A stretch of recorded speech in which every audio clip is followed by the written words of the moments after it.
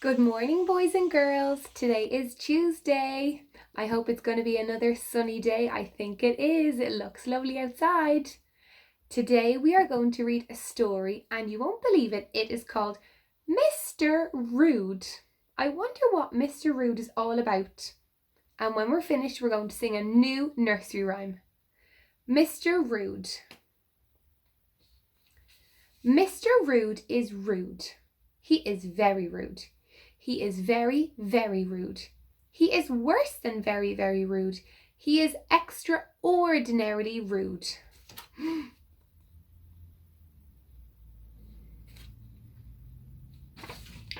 When you meet somebody, you might think to yourself that that person has a large nose, but you wouldn't say it to them, would you?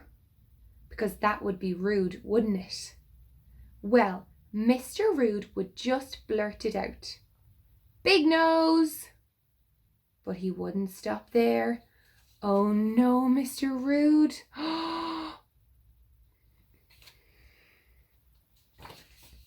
Big nose! With a nose like that, you could vacuum the floor. Can you imagine saying that to somebody? Well, I hope you can't. That is so rude. I would not be happy with Mr. Rude if he said that to somebody. You should never talk about someone and how they look. And he was the same with everybody. If he met somebody who was overweight, he would shout, "Fatty, you're supposed to take food out of the fridge, not eat the fridge as well." That is not nice. No.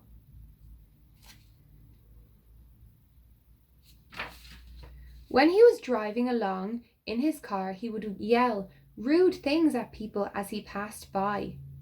Mr. Rude was a horrible man who didn't have a nice thing to say about anybody, and not surprisingly, nobody liked him. He had no friends because he was rude all the time. People don't like rude people. You have to be polite and mannerly if you want to have friends. One day, Mr. Rude met little Miss Tiny, or not so much met as nearly trod on her. "Good morning," said little Miss Tiny. "Look at the size of you," exclaimed Mr. Rude. "Squirt! You're so tiny I could squash you under my thumb." Poor little Miss Tiny burst into tears and ran home. Oh, the poor thing. Behind a tree on the other side of the lane, Mr. Happy looked anything but happy. He had heard everything. Look at Mr. Happy, he's cross. Do a cross face. The next morning, Mr. Happy was outside Mr. Rude's house, suitcase in hand. Mr. Happy knocked on Mr. Rude's front door. "Go away!" shouted Mr. Rude. Mr. Happy knocked again. Mr. Rude opened the door. "Can't you read?" said Mr. Rude, pointing to the doormat. Mr. Rude's doormat did not say welcome like everybody else's doormat. Mr. Rude had crossed out welcome and then in large black letters had written "Go away" underneath.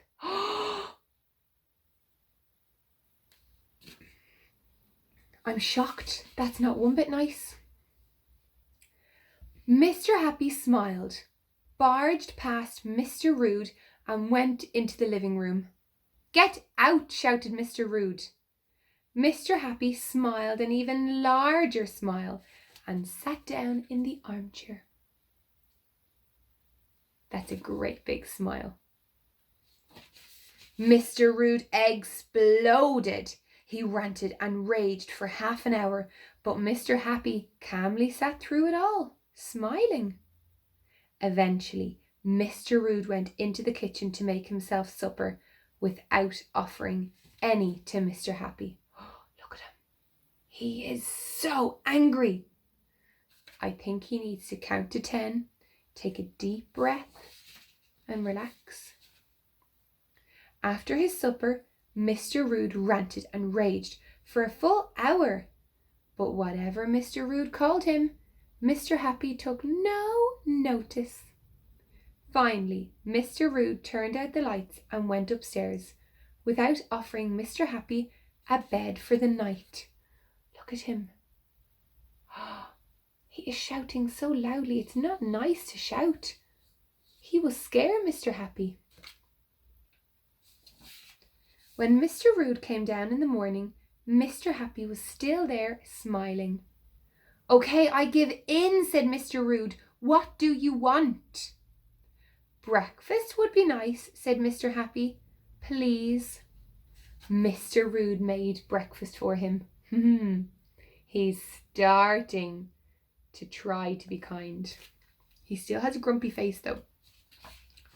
It was the first time in Mr. Rude's life that he had ever done anything nice for somebody else. In fact, it was the first time he had ever asked anybody what they wanted. "Thank you," said Mr. Happy when he had finished. "Right, you can go now," demanded Mr. Rude. But Mr. Happy did not budge. Mr. Rude ranted and raged and raged and ranted, but he ended up making lunch for Mr. Happy. And supper. He made him all of his meals. He still looks very grumpy though, doesn't he? Grumpy. He even offered Mr. Happy a bed for the night. Look! Now Mr. Happy can sleep nicely and he'll be cozy. Mr. Happy stayed for a fortnight. Slowly the ranting and raging became less and less. Mr. Rude discovered he had something he had never known he possessed.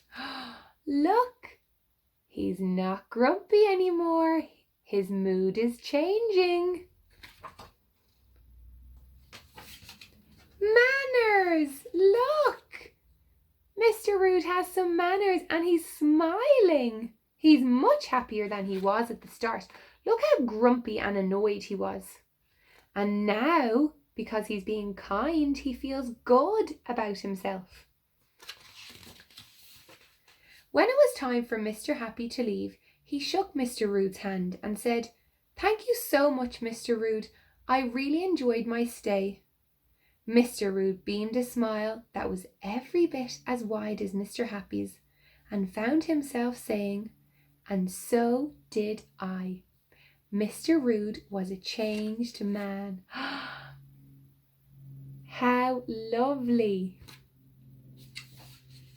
Burp, belched Mr. Rude. Well, almost. What a great story. And today our rhyme is Polly put the kettle on. So I will count to 3 and then we'll say it together. Are you ready? 1, 2, 3. Polly put the kettle on. Polly put the kettle on. Polly put the kettle on. We'll all have tea. Sulky, take it off again. Sulky, take it off again. Sulky, take it off again. They've all gone away. Yay! Very good. Now, if you want to listen to these rhymes, go onto our school website. We are room 16. And look for room 16 and you'll find all of the rhymes on my page on room 16, okay? Talk to you tomorrow, boys and girls. Have a great day and a great evening.